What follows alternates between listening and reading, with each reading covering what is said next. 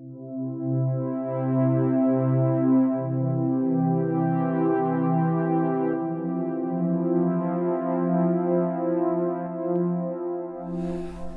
some thoughts for today, the second Sunday before Advent.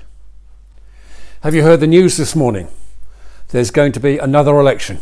Isn't that great? No, it's okay. I'm only kidding. Shame on me, as elections and everything that goes with them, they're not funny. Not funny at all.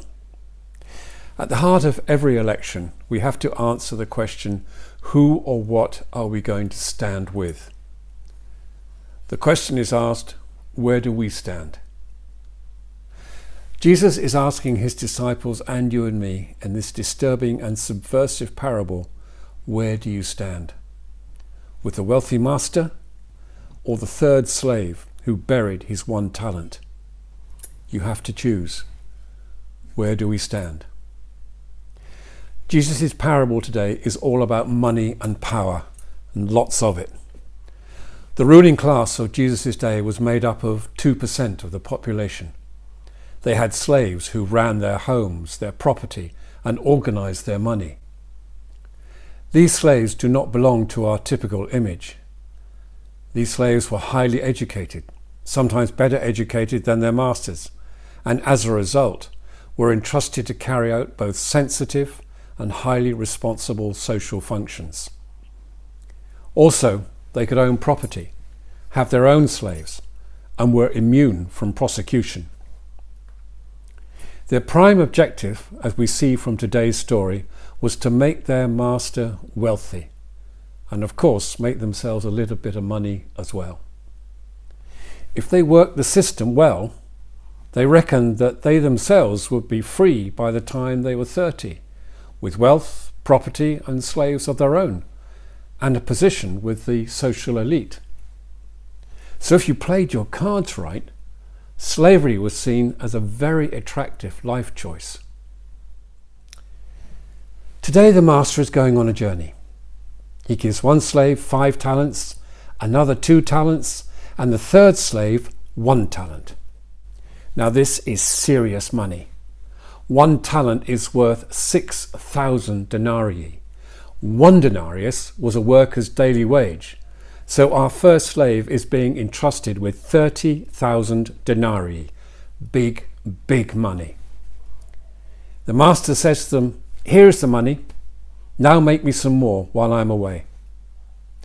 The slaves now have to get a good return for their master. Once they've done that, they can start to make some money for themselves.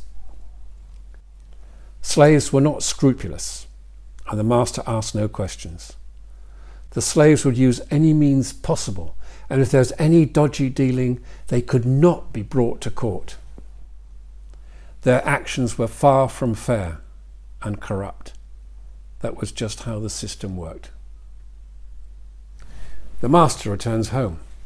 He praises his first 2 slaves. "Well done, good and trustworthy servants." The master is not concerned that his wealth has been vastly increased and has caused pain and hurt to so many. Now the third slave comes forward. Now this slave is either very brave or out of his mind. This slave has come to the point where enough is enough and says what he believes. He sees the system as corrupt and unfair, as it exploits the lives and the work of the vulnerable. And that is not right. So here is your money back. The master is angry, calls him wicked and lazy, and screams, "Take the little he has and give it to the guy who had the 5 talents. Throw him into the dark." Now let's listen to the words of the master. From those who have nothing, even what they have will be taken away. Not nice. Sometimes we have to be careful when we hear of kings, rulers or masters in a parable, as we tend to align them with God or Jesus. However, is this really the thinking of God and Jesus? Even the little you have will be taken away? There are 2 voices at the end of this parable, the master and the slave. Both are calling to us. The master says, "This is the way it is if you want to survive. Stand by me." The slave saying, enough is enough. There is another way. Stand by me. This parable tells us that the way of Jesus is all about how we deal with power, politics and money, and where we stand on these issues. Jesus in his life did not play the game. He said, enough is enough. Try another way, my way. The authorities threw him out into the darkness of death, where they thought there was no coming back.